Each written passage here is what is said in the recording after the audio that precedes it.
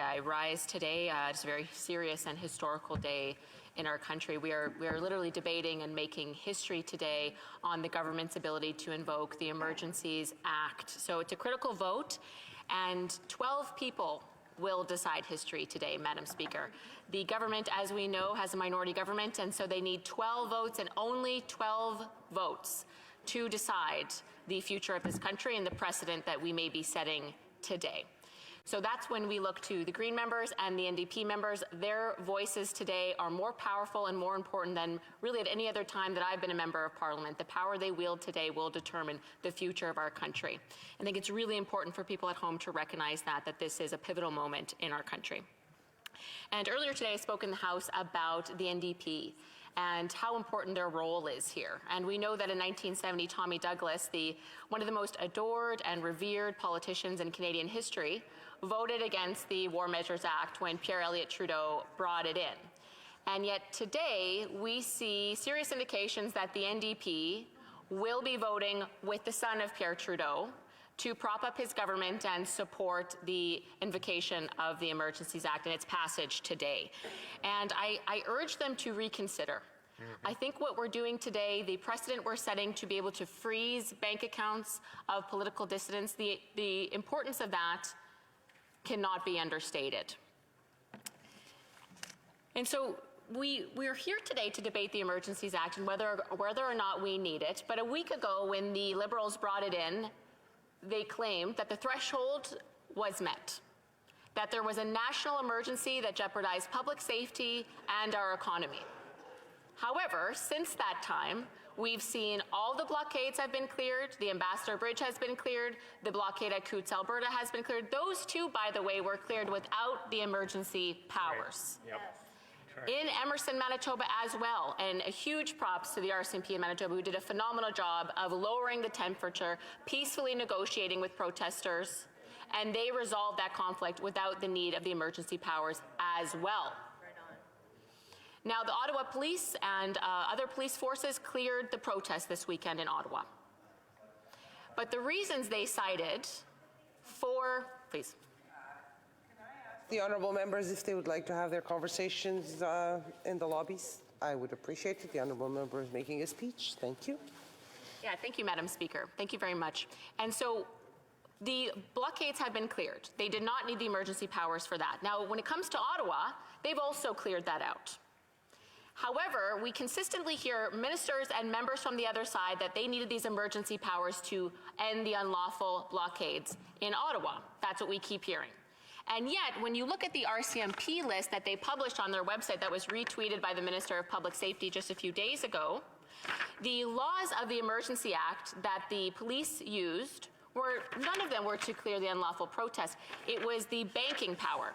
It was the banking power that the RCMP claimed that they needed. That's the only powers they've cited, which makes sense because we know you don't need the emergency powers to clear an unlawful protest. You don't need them to suppress a riot. You don't need them to clear a bridge or a piece of critical infrastructure. All of those powers were readily available to the RCMP and other police forces and to governments, and yet they were not used. We're not sure why that is. We have yet to receive a real clear answer on that. All we've heard is we needed these emergency powers, these unprecedented powers. And as I've said, the RCMP only quoted the financial measures. And I want to talk quite a bit about the financial measures because to me this is the most critical piece of the Emergencies Act. What we're talking about is providing the federal government the power to freeze your bank account if they don't agree with your political opinion. We heard that firsthand from the Minister of Justice on national television last week. He said if you support a political position he doesn't like, you should be, quote, very concerned. He said that. People can look it up. Shameful. Is that really what we're going to do in this country? That if there's a protest or some sort of demonstration that this government doesn't agree with, they can freeze your bank account? Or, sorry, they can order the RCMP, who orders the bank, who orders them. That's what they've been saying. It's not them. It's the hands off. But no, we're voting on the power to freeze bank accounts of political dissidents today, Madam Speaker. Which is why it's so shocking to me that the NDP, the party of protests, is looking to support the Emergencies Act today. Right. It shocks me. You go through any social media feed of an NDP member of parliament, they've gone to countless protests, and yet we're seeing that they are supporting the government's ability to freeze bank accounts. I want to talk about the human impact of freezing someone's bank account, because what does that really mean? Well, it means when you go to the grocery store to buy food, your debit card doesn't work. When you go to the gas station to fill up your car to get to work, your credit card doesn't work. When you go to an ATM to pull out some cash to take your spouse out for dinner, no money comes out. When your mortgage payment comes out, when your gas payment comes out, when your MTS bill comes out if you're in Manitoba, there's no money in the account. It is frozen.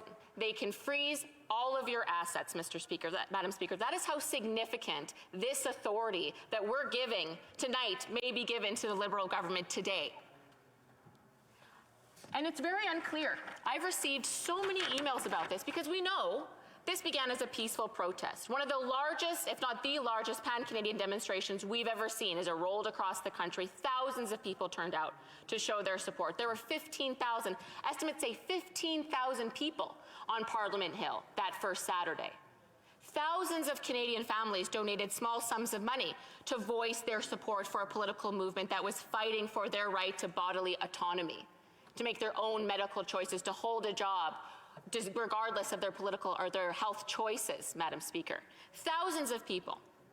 And when this was announced 1 week ago today, the finance minister explained how they can freeze bank accounts. Do you want to know the terror and the anxiety felt by those thousands of people who participated in a lawful protest that very first day and gave $50 3 weeks ago to a convoy? Do you want to know what kind of terror that brings to someone? I have constituents saying they're pulling out tens of thousands of dollars from their bank accounts. I have a veteran, very dear friend of mine, possibly the sweetest older man you'll ever meet. He served our country valiantly for 28 years. And although he's very pro-vax, he supports the right for others to choose, so he gave the convoy $50 2 weeks ago. Wow. He canceled his credit cards because he's so terrified the government's coming for his money. I have constituents who are hiding cash under their beds. Like, that is how terrifying this power is. And the lack of clarity has been astounding. It was just today, 7 days after that initial announcement by the Deputy Prime Minister about freezing bank accounts, just today, she finally clarified, oh, no, if it's before the 15th, Tuesday, February 15th, don't worry about it. It's not retroactive. It's just from Tuesday. Why did it take her 7 days to make that publicly declared?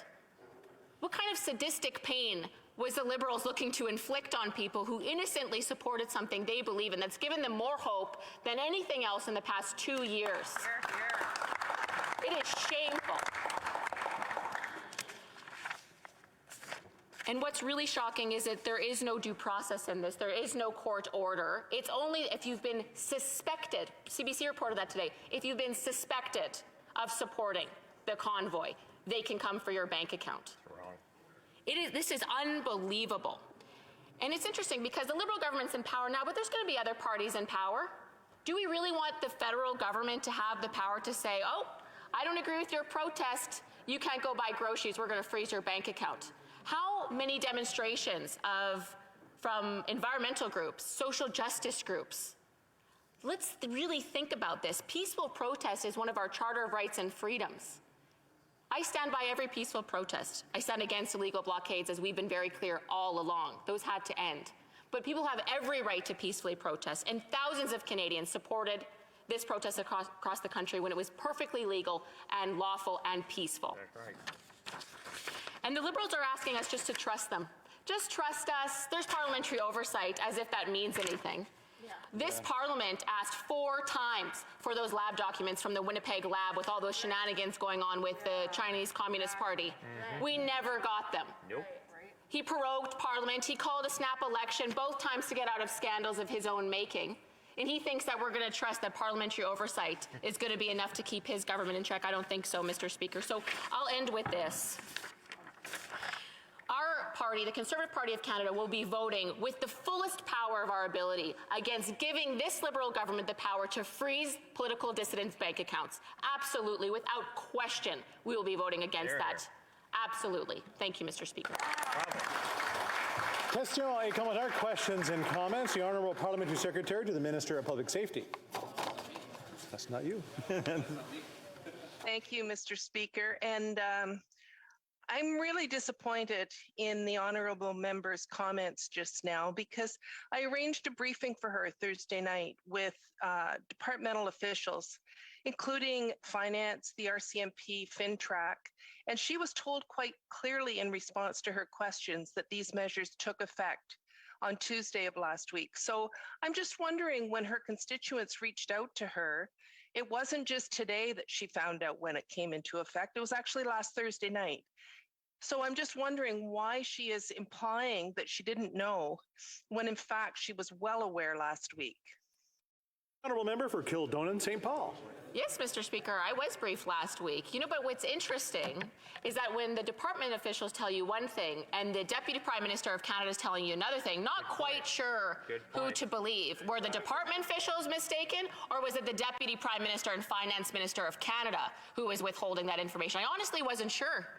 I'm really glad she came out today, because I've been telling my constituents, I'm hearing it's just the 15th onward, but yet we're also hearing across the country that other bank accounts have been frozen.